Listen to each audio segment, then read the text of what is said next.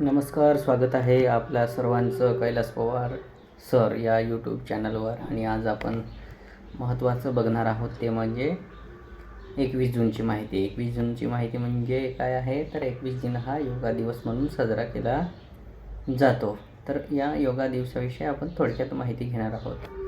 आणि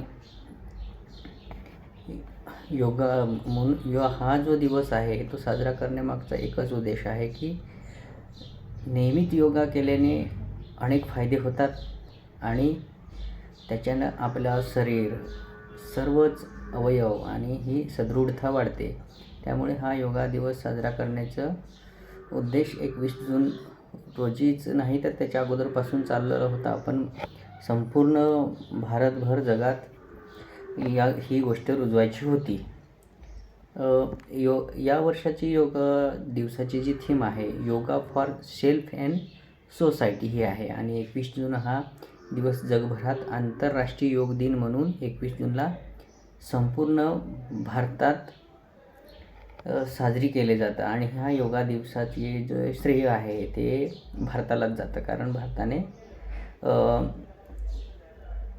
हीच प्राचीन जी संस्कृती आहे, परंपरा आहे, ही जपली जायला पाहिजे. म्हणून नरेंद्र मोदी, माननीय पंतप्रधान नरेंद्र मोदी यांनी 21 जून हा दिवस आंतरराष्ट्रीय योगा दिवस म्हणून साजरा करण्यात यावा असा प्रस्ताव 27 सप्टेंबर 2014 रोजी संयुक्त राष्ट्राच्या महासभेत मांडला प्रस्ताव. आणि त्या प्रस्ताव करण्यात आल्यानंतर 3 महिन्यातच संयुक्त राष्ट्राने 21 जून हा दिवस आंतरराष्ट्रीय योग दिन म्हणून साजरा करण्याच्या प्रस्तावाला मान्यता देण्यात आली. आणि 21 जून हा दिवस जगभरातील अनेक देशांमध्ये सर्वात मोठा दिवस असतो.